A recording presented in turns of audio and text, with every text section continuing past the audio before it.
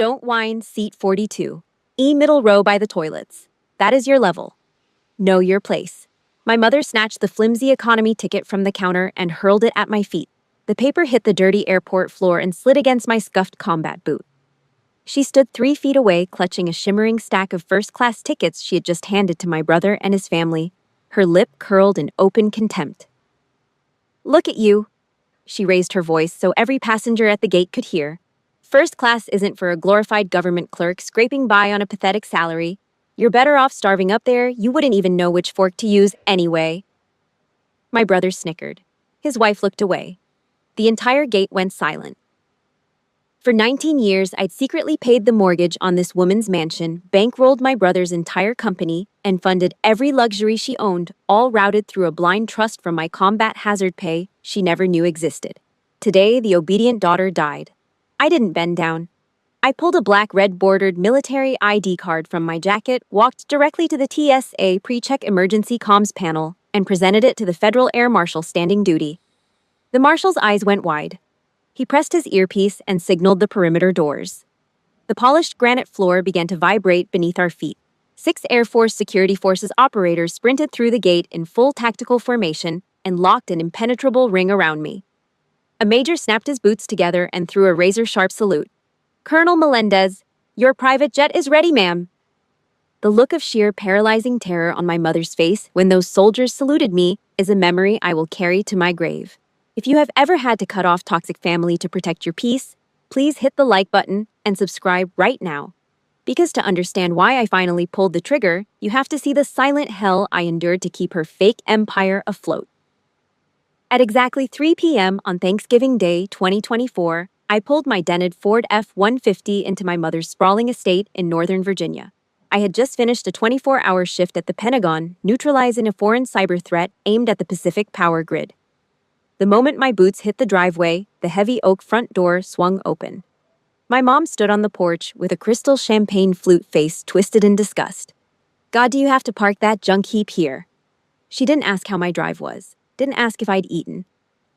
"Your brother's partners are arriving in 10 minutes and you're ruining the aesthetic.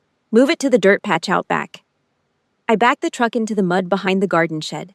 Inside the house, the dining room reeked of roasted butter. 14 people sat around the long mahogany table, my brother's venture capital partners, their wives, my sister-in-law's parents, and nieces and nephews who had been trained since birth to see me as the family charity case. I sat at the far end. No wine glass, no cloth napkin, just a chipped plate that didn't match the gold-rimmed set everyone else ate from. My youngest niece pointed at the mismatched plate and whispered to her mother, "Why does Aunt Carly eat off the ugly one?" My mom sliced a massive dripping turkey thigh and placed it on my brother's gold-rimmed plate. "For my genius, CEO," she chirped, pitching her voice for the investors to hear. The man who built a tech empire from nothing. From nothing. That empire was 12 hours from bankruptcy before I secretly wired him $250,000 through a shell corporation. He thought it was an anonymous angel investor. He gave interviews about the mysterious benefactor who believed in his vision. The benefactor was eating dry turkey at the end of his mother's table. She turned the carving knife toward me, scraped the bone aggressively, hacking off a chalky piece of white meat, the part most people threw away. When I reached for the gravy boat, she pulled it away and handed it to my sister-in-law. "White meat is better for you," she stated loudly. "Your little paper-pushing job has you sitting all day. No man wants a broke out-of-shape clerk." My sister-in-law smirked. My brother's partners stared at their plates. After dinner, my brother triumphantly tossed our mom the keys to a brand new Lexus hybrid. She wept with pride, clutching him like he had cured a disease. One of his partners leaned over and asked me, "And what do you do for a living?" Before I could open my mouth, my mother cut in. "She shuffles papers at some government office. We don't really talk about it." The partner nodded politely and turned his back to me for the rest of the night. Then, my mom reached into her silk apron and pulled out a crumpled envelope, sliding it across the table until it hit my water glass. "Here, I found old Costco coupons for canned tuna while cleaning. Some expired last week, but if you throw a fit at the register, the cashiers might pity you enough to accept them." I picked up the frayed paper. My sister-in-law laughed out loud. My niece, the one who pointed at my plate, tugged her mother's sleeve and said, Is Aunt Carly poor? Nobody corrected her. My brother's oldest nephew, 12 years old, leaned across the table and whispered, "My dad says you're the family embarrassment." He said it like he was sharing a secret he was proud to know. My mom shoved the coupons into my coat pocket with both hands crumpling my lapel. "Take them, don't be ungrateful." 14 people at that table, and not a single one opened their mouth to say this was wrong. The silence was louder than any mortar round I had ever heard.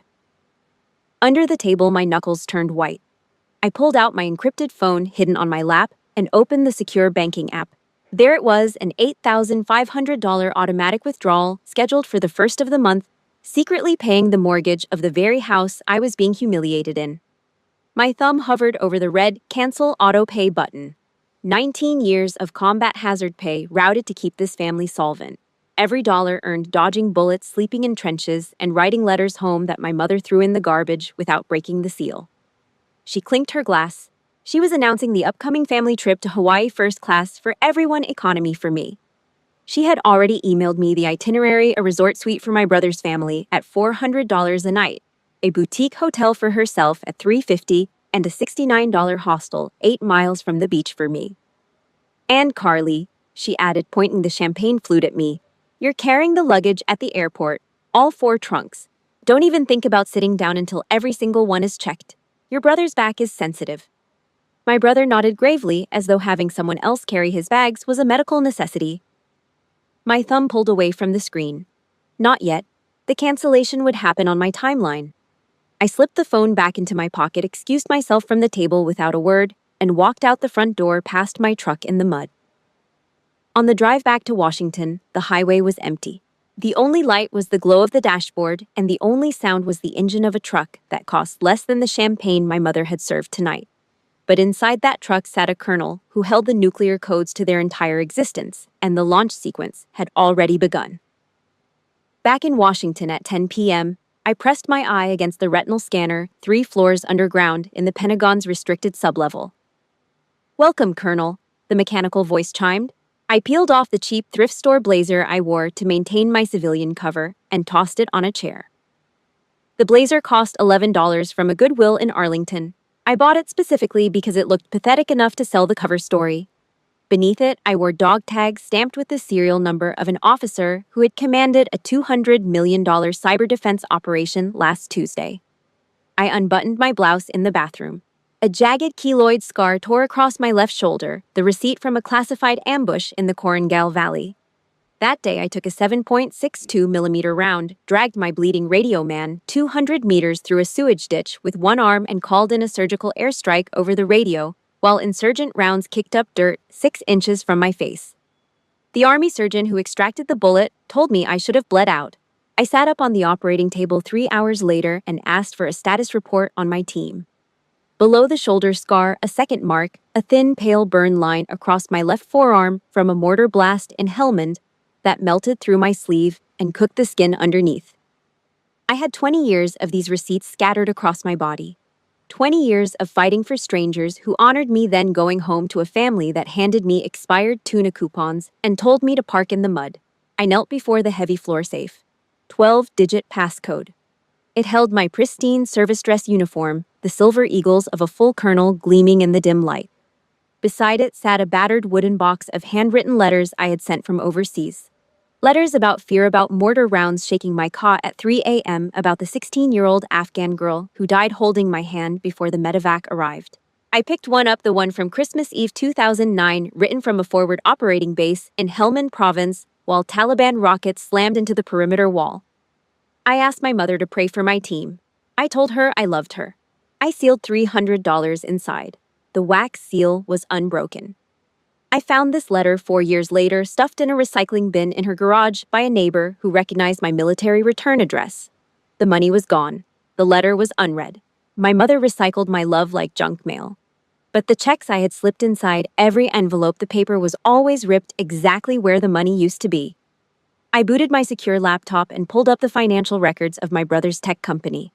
The data was clean and merciless. 10 years ago, when his startup was dying, payroll bouncing servers, repossessed co-founder, threatening a lawsuit that would have buried him. I wired $250,000 through a shell corporation registered in Delaware. He never traced it. He thought it was an anonymous angel investor who saw his pitch on a tech blog. He gave interviews about his mysterious benefactor and his natural entrepreneurial instinct. 2 years later, he used that rescue to raise a Series A round, then a Series B. He bought our mother the Lexus. He bought himself a penthouse in San Jose. He built an empire of arrogance on my invisible foundation while publicly mocking me at family dinners for being a clerk who couldn't split the check at Applebee's. I scrolled further down the ledger. The blind trust I'd established in 2005 had paid out a total of $1,938,000 over 19 years. Mortgage payments, property taxes, my mother's credit card bills, my brother's emergency business loans, my niece's private school tuition. I funded their entire existence from a concrete bunker while they drank champagne and pretended I was nobody. I poured a glass of neat bourbon. Every dollar I ever sent home was another bullet they loaded into the gun they pointed at my dignity. At 7 a.m. on December 15th, the underground SCIF erupted into chaos. The Pacific Theater map flashed red. An intelligence officer sprinted toward me with a classified tablet. A hostile state actor had injected dormant malware directly into the Oahu power grid, routing the connection through a compromised federal contractor network near Pearl Harbor. Less than 48 hours before military hospitals, radar stations, and civilian infrastructure across the island went completely dark. Millions of people would lose power, water, emergency communication. I barked orders. Quarantine the Pacific servers. Deploy cyber warfare units. Full counter-intrusion protocols authorized. My civilian burner phone vibrated against my tactical belt. A text from my mom, reminding you again. Buy your own cheap sunscreen at the drugstore before the Hawaii trip tomorrow. Don't even think about using your sister-in-law's $300 organic cream. You'll contaminate it with your greasy government employee skin. I was commanding a multi-million-dollar federal cyber defense to save the very island she was flying to. She was policing my access to sunscreen. Before I could pocket the phone, it rang. She didn't say hello.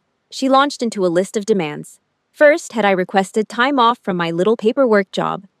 Second, I was to carry the family's 4 Louis Vuitton trunks at the airport, not on a cart by hand, because my brother couldn't risk straining his back before his investor meeting. Third, I was forbidden from eating at any restaurant the family chose, because you can't afford it and it's embarrassing when you just order water. Fourth, was to babysit the nieces and nephews at the hostel every evening, so the adults could enjoy their vacation in peace. She rattled these off like she was reading from a to-do list, a task management system where every task had my name on it, and no task involved treating me like a human being. When I coldly stated an emergency came up at work and I might be delayed, she laughed. It's a government desk job. Nobody gets fired from those. You probably sit around filing papers and eating donuts all day. Don't make me call your manager and teach them basic human resources. I swear, Carly, you are the laziest person I have ever raised. My manager was Major General Mike Miller, a 2-star combat general who once authorized an airstrike from the back of a burning Humvee in Fallujah with shrapnel embedded in his thigh. I bit the inside of my cheek hard enough to taste copper. I didn't argue. I snapped the phone shut. I walked back through the vault doors into the war room. I am deploying, I announced. I will enter Oahu under my civilian cover and command the extraction team directly from the ground. I signed the deployment authorization. If my mother wanted a luggage handler for her vacation, she had no idea what kind of monster she was inviting onto that plane. At 2 p.m. the next day, I stood at rigid attention inside the E-Ring office at the Pentagon. Major General Mike Iron Miller, 6'4", 240 pounds of scar tissue and combat wisdom, flipped through my tactical insertion file. He stopped dead. His scarred finger tapped a paper sticking out of the folder, the printed United Airlines economy itinerary my mother had forwarded to my official email, which a junior analyst had mistakenly included with the classified brief. Seat 42, E middle row. By the lavatories. He looked from the ticket to the silver eagles on my shoulders. His expression darkened into something I had only seen right before he ordered men into combat. Colonel, what exactly is this? His voice dropped an octave. You are commanding a Tier 1 national security defense operation. You hold a clearance that 99% of the military will never see. And you are scheduled to fly in a middle seat by the lavatories on a commercial puddle jumper. I broke eye contact. Stared at the wall. I confessed. Everything. The family arrangement. The civilian cover story. 19 years of funding their lives, the mortgage, the car, the startup bailout while they treated me like hired help, the Thanksgiving dinner, the expired coupons, the chipped plate, the niece who asked if I was poor, the nephew who called me the family embarrassment, the economy ticket. I told him about the letters I sent from war zones that my mother threw in the garbage without reading. I told him about the $300 she ripped out of a Christmas Eve letter while Taliban rockets hit the perimeter wall. I told him everything I had never told another living soul. Miller listened without blinking, without moving, without interrupting. When I finished, the office was so silent I could hear the wall clock ticking. Then he slammed his fist on the mahogany desk so hard his coffee mug bounced off the edge and shattered on the floor. Neither of us flinched. A photograph of his own family rattled against the bookshelf. "You are the finest officer I've ever trained." The vein in his neck bulged. "I have watched you negotiate with warlords in rooms where every man wanted you dead. I watched you crawl out of a kill zone with a bullet in your shoulder, dragging a man twice your weight, calling in fire support, with your voice steady as concrete. You once talked a suicide bomber out of detonating in a marketplace full of children, and you are telling me you can't tell your own mother to stop treating you like garbage." He walked around the desk boots, crunching over broken ceramic, and stopped inches from me. He placed two massive calloused hands on my shoulders, the most genuine parental affection I'd felt in 2 decades. My jaw clenched, my eyes burned. I held. "Listen to me very carefully," he said, his voice dropping into gravelly empathy. "DNA is nothing but a biological accident. Mutual respect is what builds a family. Your mother is staring at a diamond and screaming that it's gravel. You have bled to defend this nation's dignity overseas." He squeezed my shoulders, forcing me to meet his eyes. "When are you going to finally stand up and defend your own?" He walked to his secure red phone and dialed Air Mobility Command. Without breaking eye contact, he ordered a C-37B Gulfstream VIP jet, primed and waiting on the tarmac at LAX by 9 a.m. tomorrow. Then he opened his drawer and slid a heavy black biometric ID card with a holographic red stripe across the desk. "As the lead on a Tier 1 counter-intrusion operation, you are an absolute high-value asset. You will not fly commercial. I am activating Priority 1 Protection Protocol. A security detail will intercept you at LAX and escort you directly to the C-37B. Do not engage with civilian security." He pointed a stern finger at my chest. "Stand up straight, Colonel. That is a direct order." I picked up the black card. The cold plastic pressed into my palm. For the first time in 19 years, someone with authority was not just acknowledging my pain, they were commanding me to fight back. At 9 a.m. on departure day, the black Cadillac Escalade rolled up to my apartment curb. Before it even shifted into park, my mother was pointing through the window, shrieking that if I scratched the leather handles of her Louis Vuitton trunks, my poverty wages wouldn't cover the damage. My old spinal combat injury, compressed discs from a hard parachute landing in Kandahar, flared as I heaved the 4 massive trunks into the cargo area alone. My brother didn't step out. He turned up the radio. My sister-in-law inspected her nails. Inside, my mom, my brother, and my sister-in-law reclined in the plush captain's chairs.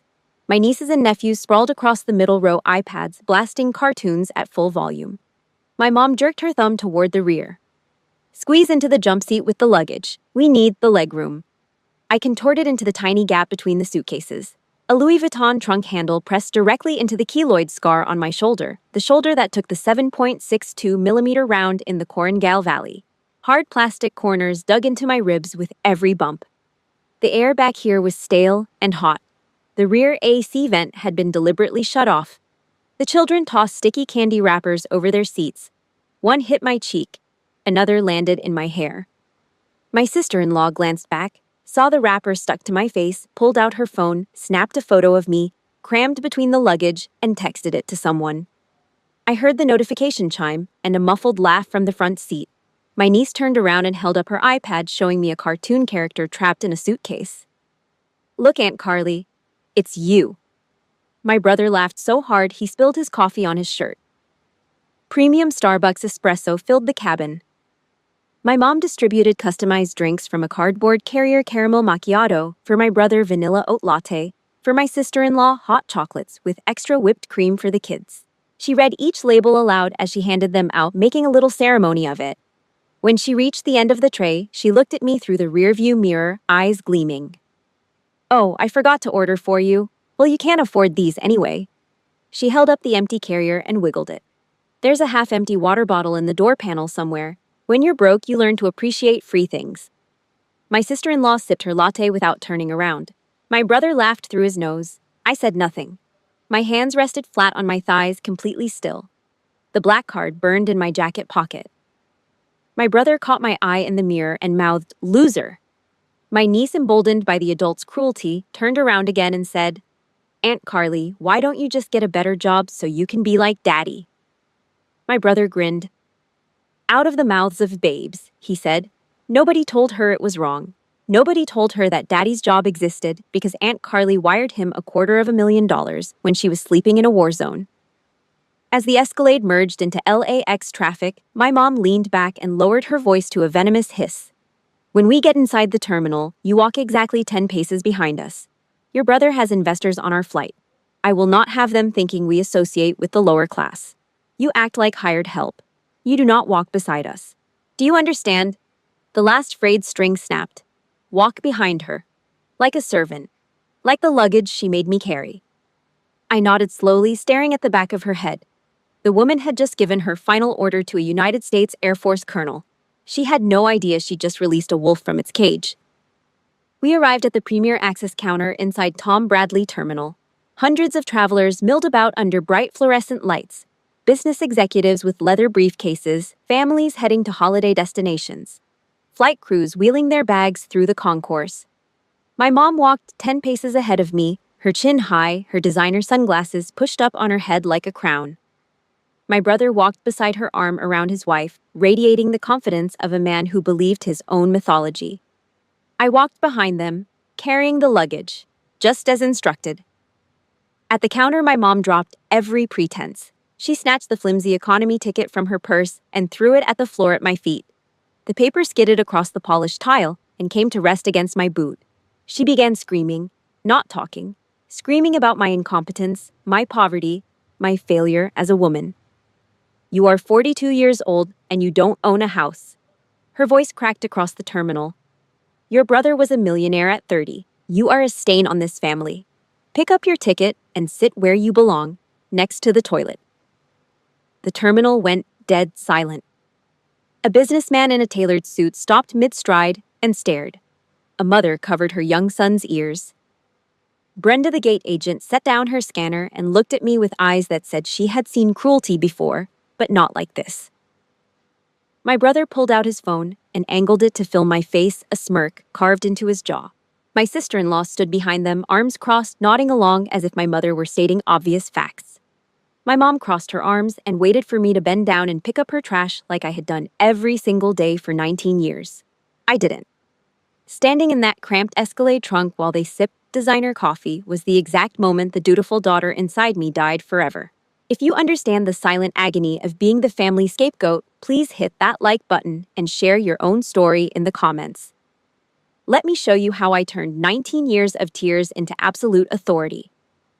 My shoulders rolled back. My spine locked into rigid military alignment. The beaten daughter evaporated. What replaced her was the cold, radiating command presence of an officer who had sent operators into combat zones and brought them home alive. I stepped past my mother without a glance, walked directly to the TSA pre-check emergency comms panel, and presented my red stripe military ID to the Federal Air Marshal standing duty. "Colonel Carly Melendez, Tier 1 asset. My extraction detail is waiting," I stated. The marshal's eyes went wide. He pressed his earpiece, nodded sharply, and signaled the perimeter doors. My mother's face contorted in panic. "Did you break the machine?" she shrieked, grabbing my brother's arm. "Whose credit card did you steal? The police are going to arrest us all." She could not process a reality where I held power. In her mind, I was permanently the poverty case clerk who ate dry turkey and said thank you. The polished granite floor began to vibrate beneath our feet as the secure blast doors opened. The synchronized thunder of boots echoed from the checkpoint, growing louder every second. Brenda gripped her counter. My brother's phone slipped from his hand and cracked on the floor. My mother's face drained from champagne to ash. "Clear the vector, move, make way." 6 USAF, Security Forces operators sprinted through the terminal in full tactical Kevlar and helmets, moving with the synchronized precision of a wolf pack cutting through open terrain. The crowd screamed and scattered, pressing against walls. The operators, locked dead on my position, converged and spun outward into an impenetrable 360-degree ring. Their backs faced me, weapons, scanning eyes, tracking, shielding me with the absolute loyalty of 20 years of shared service. My mom and my brother shrieked. They dropped their first-class tickets and cowered behind the Louis Vuitton trunks I had hauled for them, using designer luggage as shields. The operators treated them like furniture, walked past them like they were invisible. A major stepped through the formation, 3 paces, boots snapped together. A salute that cracked the air like a gunshot. I returned it with 20 years of authority behind my hand. Good timing, Major. Ma'am, your aircraft is fueled and standing by on the secure tarmac. We have a departure window in 12 minutes. He spoke loudly enough for the entire terminal to hear. The word aircraft landed on my mother's ears like a physical blow. Behind the wall of operators, she rose slowly, her jaw unhinged. Her Chanel handbag dangled from one limp hand. Cole? Colonel? She stammered, her voice cracking. No, that's impossible. She's just a poor insurance clerk. The sociopathy kicked in within seconds. She processed the 100 cell phones filming, calculated the damage to her social standing, and plastered on a manic smile. She tried to push past a guard. Sweetheart officers, this is my daughter. We are so proud of her. We are a military family. We support the troops. I'm sure your big jet has room for all of us. Step back 10 feet from the VIP, ma'am. The operator's chest blocked her like a concrete barrier.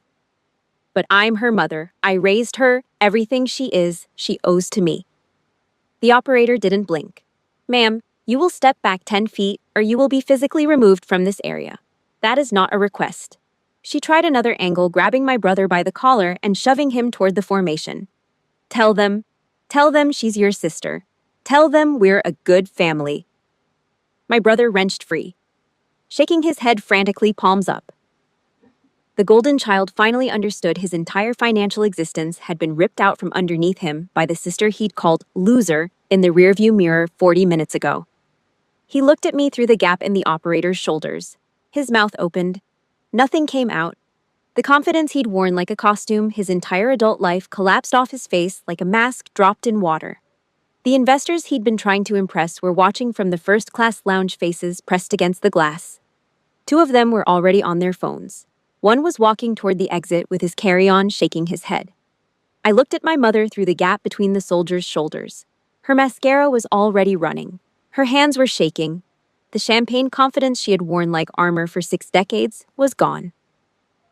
A family. My voice projected clearly for every camera. 10 minutes ago, you shoved me in a trunk like luggage. You threw a ticket by the toilets at my feet. You told me to walk 10 paces behind you like a servant so your brother's investors wouldn't see me. I paused. Let the silence cut deeper than any blade I had ever carried. You gave me expired tuna coupons at Thanksgiving while I sat on a chipped plate at the end of your table. You told your grandson I was the family embarrassment. You let your daughter-in-law photograph me crammed between suitcases and text it to her friends for a laugh. My voice didn't rise. It didn't need to. You didn't teach me independence. The Air Force taught me that. You didn't teach me strength. 3 combat deployments taught me that. You didn't teach me my worth. The men and women standing around me right now taught me that. I pointed at the floor where her ticket still lay, crumpled and ignored. Keep the seat by the lavatory. The smell matches how you treat the people who bleed for you. A heavy, stunned silence hung over the terminal. Nobody clapped, nobody cheered. But dozens of cell phones were raised, recording every second of her public ruin. My mother's face crumpled. She reached for my brother's arm. He pulled away. Move out, Major, I commanded. The tactical ring shifted, moving with me toward the secure tarmac exit. Behind me, my mother wailed. She screamed about blood and loyalty and ungrateful children. She dropped to her knees again and screamed that she was my mother, that she carried me for 9 months, that I owed her everything. She screamed that I would regret this. She screamed that no amount of medals would make up for abandoning the woman who gave me life. My brother tried to pull her up off the floor, but she shoved him away and kept screaming. Her shrieks echoed off the terminal ceiling, growing fainter and more desperate with every step I took toward the blast doors. The last thing I heard before the heavy steel sealed shut behind me was her voice cracking on the word, "Please." I climbed the stairs of the C-37B jet at 1 p.m. The burden of my childhood detached from my spine physically like removing body armor after a 12-hour patrol in 100-degree heat. Inside the cabin, mahogany paneling, cream leather, the quiet hum of military-grade avionics. I sank into the captain's chair. A flight steward handed me a crystal glass of neat bourbon without being asked. The engines roared. We punched through the cloud layer at 40,000 feet. I took a slow sip. The bourbon burned my throat. For the first time in my entire life, nobody was asking me for money favors or submission. The only sound was the engine hum and the ice shifting in my glass. I pressed my forehead against the cold window and watched the California coastline disappear beneath the clouds. I opened my encrypted phone. The LAX video was already trending 14 million views in 3 hours. The American public was shredding my family in the comments. A verified journalist posted the clip. Watch a military colonel's own mother humiliate her at LAX, then watch the Air Force show up. Veterans tagged my brother's company page, calling for a full boycott. His Silicon Valley partners issued public statements pulling their venture capital. 3 board members resigned by text message within the hour. His stock entered freefall, plummeting 20% in after-hours trading, effectively wiping out a decade of his work. My mother's country club suspended her membership. A neighbor posted the LAX video on the estate's homeowners association page with the caption, "This is the woman who chairs our charity gala committee." The woman who policed my access to sunscreen was now being policed by the entire American internet. Every humiliation she had inflicted behind closed doors was now playing on loop in public forever. At Hickam Air Force Base in Oahu, my civilian phone lit up. 47 texts in 2 hours from my mother. "Please, your brother's board is firing him. We are being boycotted everywhere. Put your uniform on and take a picture with mommy. Post it on Instagram. I'll pay you whatever you want." Then 2 minutes later, "Name your price, Carly. 50,000, 100. I'll write the check right now. Just one photo of us together in uniform. Please, do it for the family." She still believed everything had a price tag. She wanted to use my uniform as a PR prop to save the lifestyle I'd secretly funded since she was 53 years old. I didn't type a paragraph explaining my pain. I pressed block user. Then I blocked my brother, who had sent a single text, "Call me, we can fix this." Fix this. As if 19 years of systematic degradation was a PR hiccup. I blocked my sister-in-law, who texted, "This is destroying the children. Are you happy now?" I blocked my uncle, who called me selfish. My aunt, who left a voicemail calling me a disgrace to the Melendez bloodline. My cousin, who posted on Facebook that I was mentally unstable and should be discharged. A second cousin I hadn't spoken to in 8 years, who suddenly appeared to inform me that family forgives. 15 contacts blocked in under 3 minutes. Then I opened my banking app and permanently terminated the blind trust paying her mortgage. 4 taps. The $8,500 monthly payment that kept a roof over her ungrateful head stopped mid-transaction. 19 years of financial life support severed with a thumb. I tossed the phone on the bed and walked to the tactical monitors. I had a power grid to save. By 8 a.m. on December 18th, operating from a secure bunker beneath Pearl Harbor, I initiated the counteroffensive. My cyber units air-gapped the infected servers at the contractor facility, physically severing the hostile state actors' hardline connection. We established manual overrides for Oahu's power substations, bypassing the corrupted network entirely. By noon, the mission was complete. The grid stayed online. Millions of people, tourists swimming at Waikiki, military families at Schofield Barracks, elderly patients on ventilators at Tripler Medical Center, went about their day unaware of the catastrophe my team had prevented. My family was crying over canceled credit cards and suspended club memberships. I had just stopped a blackout that would have paralyzed an entire island and endangered thousands of lives. On the final evening, I returned to my quarters at the base. The room was small, concrete, military standard. I unzipped the garment bag and pulled out the service dress uniform. I fastened the silver eagles to my shoulders, pinned the rows of combat ribbons to my chest, 20 years of missions wounds, and nights I thought I wouldn't make it home. I buttoned the jacket slowly, one brass button at a time, watching the uniform transform the reflection in the mirror from a tired woman into something sharper, harder, and completely unbreakable. The reflection was not the daughter who ate dry turkey at Thanksgiving and parked in the mud. It was a colonel who held the line against darkness on 2 continents. I adjusted my collar, straightened my ribbons, and checked the time. One final confrontation waited at the Royal Hawaiian Hotel. The ghosts of my past were sitting in the lobby, and I was walking in armed with the truth. At 6 p.m., I walked through the opulent lobby of the Royal Hawaiian. Medals gleaming under chandeliers. Posture rigid. 20 years of military discipline carved into my bones. The lobby smelled of orchids and expensive cologne, the world my mother worshipped, the world of wealth and relentless performance. I spotted them near the entrance on a velvet bench meant for arriving guests. My mom. My brother. They looked destroyed. My mother's designer linen blouse was stained with sweat and spilled coffee. Her hair unwashed and flat against her skull. Her Chanel bag sitting on the floor like a discarded prop. My brother's polo shirt was wrinkled. His eyes bloodshot. His jaw clenched so tight a muscle twitched in his cheek. They had been chased from my brother's luxury suite by paparazzi and locals who had seen the LAX video. The hotel staff stood at a cautious distance whispering. Nobody offered them water. The couple who had strutted through the airport with first-class tickets and designer luggage now looked like refugees from their own arrogance. The moment my mother spotted my pristine uniform, the silver eagles on my shoulders, the rows of ribbons on my chest, the leather shoes clicking with authority on the marble, she lunged forward, falling to her knees on the cold floor in front of everyone. "Save us!" she sobbed, crawling toward me and grabbing the hem of my pressed trousers. "We lost everything. The bank is calling about the mortgage. Your brother got fired. They froze our accounts. We share the same blood. You cannot abandon your family." The lobby froze. Waiters stopped mid-step. A pianist lifted his hands from the keys. I stood motionless. I didn't pull away immediately.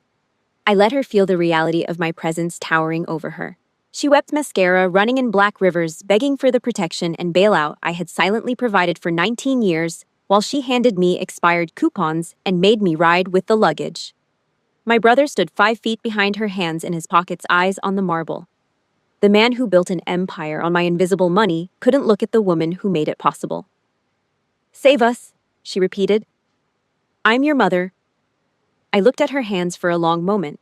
"You are begging the wrong person." My voice was steady, echoing off the marble. "You are crying because you lost your money and your reputation. You are not crying because you realize you were cruel to me." I let the words land, watched them hit her like rounds.